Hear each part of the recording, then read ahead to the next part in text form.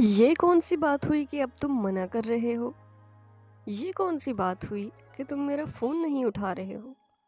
ये कौन सी बात हुई कि तुम नहीं आओगे? Assalamualaikum, your spoken English trainer. This is Aksa. In this video, we are going to learn some very useful and amazing spoken English structure sentences. Hey guys, आज की वीडियो में भी हम दो तरह के अमेजिंग स्ट्रक्चर सीखने के लिए जा रहे हैं जो कि हम अपनी डे टू डे लाइफ में यूज़ करते हैं। तो इस तरह के सेंटेंसेस को बनाने के लिए हम कौन सा वर्ड यूज़ करते हैं, चले उसे देख लेते हैं। तो वर्ड है हमारे पास what is this. What is this, यहाँ पर इसका मतलब है ये कौन सी बात हुई या फिर ये क्या बात हुई, राइट। तो चलिए अब हम इसका सेंटेंस स्ट्रक्चर देखते हैं। तो सेंटेंस स्ट्रक्चर है हमारे पास, सबसे पहले हम लगाएंगे what is this. What is this लगाने के बाद हम क्वेश्चन मार्क ज़रूर लगाएंगे। अगर आप सेंटेंस लिख रहे हैं तो क्वेश्चन मार्क हम लाजमी लगाएंगे। उसके बाद जो भी सेंटेंस होगा उसे हम कंप्लीट कर लेंगे। तो चलिए इसकी कुछ एग्जांपल्स देखते हैं ताकि हमें इस स्ट्रक्चर की अच्छी तरह समझ आ सके। ओके, फर्स्ट सेंटेंस है हमारे पास, ये कौन सी बात हुई कि अब तुम मना कर रहे हो। तो हमने कहा था कि सबसे पहले हम लगाएंगे व्हाट इज़ दिस। हमने लगा लिया व्हाट इज़ दिस और साथ में हमने क्वेश्चन मार्क को भी लगा लिया। फिर हमने कहा था कि जो भी सेंटेंस होगा हम उसे कंप्लीट कर लेंगे। आगे है अब तुम मना कर रहे हो।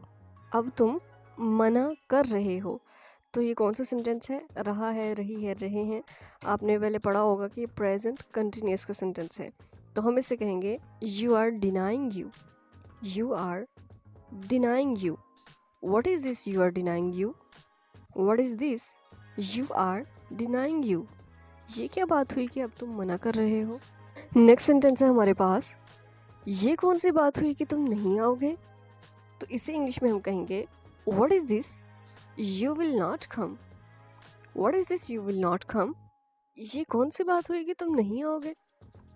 नेक्स्ट सेंटेंस इज, ये कौन सी बात हुई कि तुम मेरा फ़ोन नहीं उठा रहे हो। तो इसे इंग्लिश में हम कहेंगे What is this you are not answering my call? What is this you are not answering my call? ये कौन सी बात हुई कि तुम मेरा फ़ोन नहीं उठा रहे हो। ये कौन सी बात हुई कि तुम इस वीडियो को लाइक नहीं कर रहे हो। सो गाइस, ये सेंटेंस आपके लिए है, इसे आपने सॉल्व करके कमेंट बॉक्स में लिख देना है। नेक्स्ट स्ट्रक्चर है हमारे पास, मक्खन लगाना कोई तुमसे सीखे, बहाने बनाना कोई तुमसे सीखे, बेवकूफ़ बनाना कोई तुमसे सीखे। तो इस तरह के सेंटेंसेस के लिए हम कौन सा वर्ड यूज़ करते हैं? सबसे पहले हम उस वर्ड को देख लेते हैं। वन शुड लर्न या फिर one should learn the art of. इन दोनों में से हम कोई भी यूज़ कर सकते हैं, राइट। इसका मतलब होता है किसी को सीखना चाहिए या कोई सीखे। तो चलिए अब हम इसके सेंटेंस स्ट्रक्चर को देख लेते हैं कि हम इस तरह के सेंटेंसेस किस तरह से बना सकते हैं। तो सेंटेंस स्ट्रक्चर है हमारे पास, सेंटेंस के शुरू में हम लगाएंगे वन शुड लर्न या फिर one should learn the art of, ठीक है। उसके बाद वर्ब की आईएनजी फॉर्म का यूज़ करेंगे। उसके बाद हम फ्रॉम लगाएंगे, देन ऑब्जेक्टिव प्रोनाउन लगा के अपने सेंटेंस को हम कंप्लीट कर लेंगे, राइट। तो चलिए इसकी कुछ एग्जांपल्स देखते हैं। सेंटेंस है हमारे पास, बेवकूफ़ बनाना कोई तुमसे सीखे। तो हमने कहा था कि सबसे पहले हम लगाएंगे वन शुड लर्न या फिर one should learn the art of. तो हमने यहाँ पर लगा लिया one should learn the art of.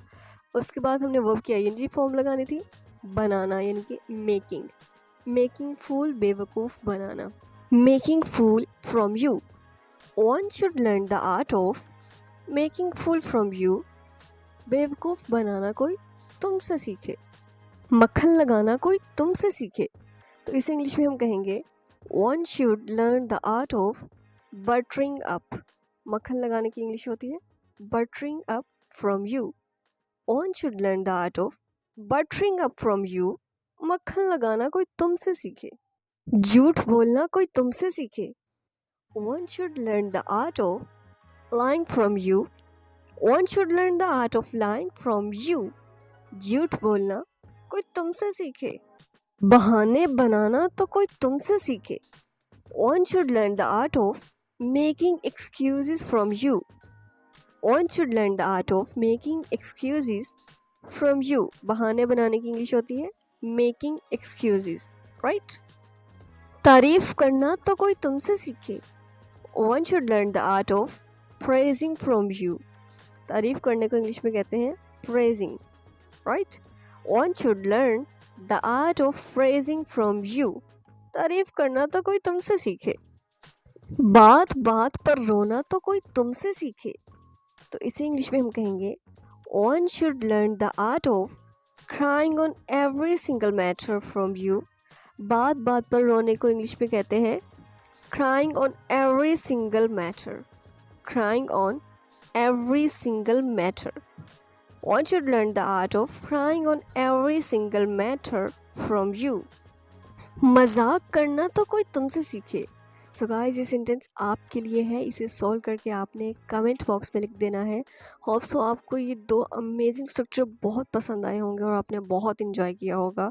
सो आज के लिए इतना ही। मिलते हैं नेक्स्ट वीडियो में। तब तक के लिए अल्लाह हाफिज़।